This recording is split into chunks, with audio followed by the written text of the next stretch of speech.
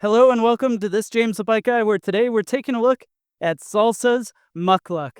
This is a super capable and versatile fat bike with an aluminum frame and a price point that starts a bit over $2,000. And we're going to go into the features and designs of this bike, check out how it stacks up, and then, of course, we'll find out exactly what it weighs. Talking Salsa Mukluk.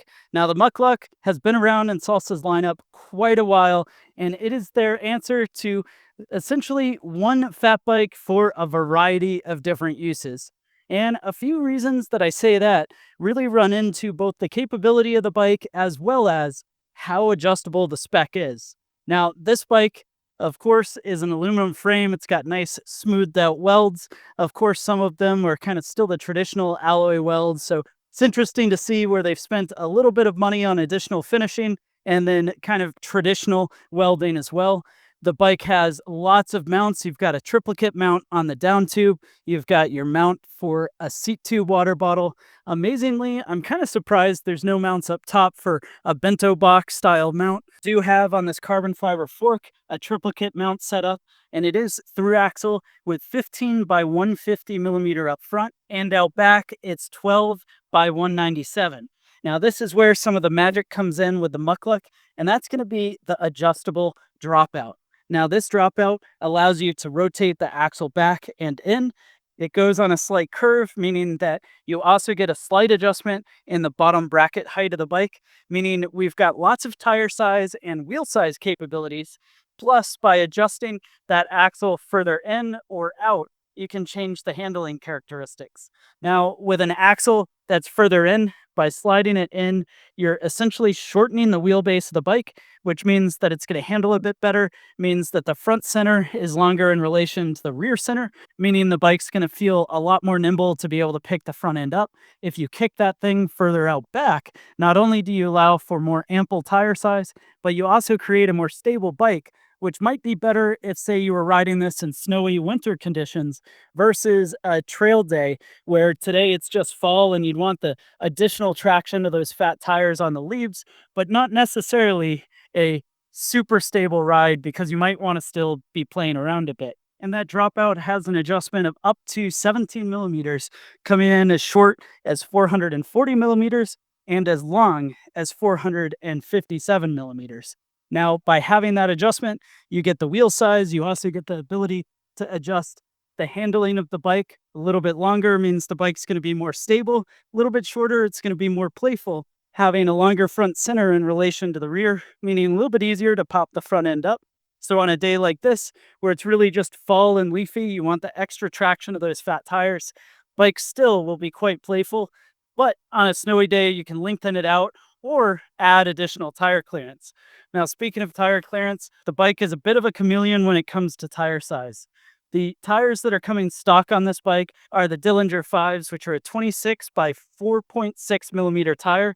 These tires have plenty of tread, they're studdable, but the bike can fit up to a 4.8-inch wide tire on a 26-inch wheel.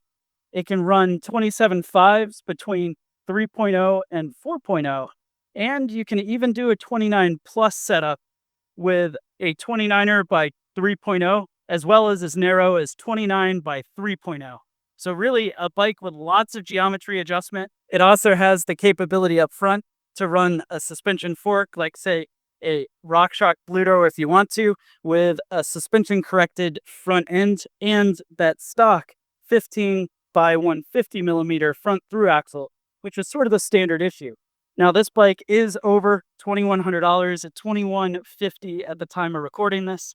And for that, you are getting a Shimano Deore 11-speed drivetrain going from an 11 to 51 tooth.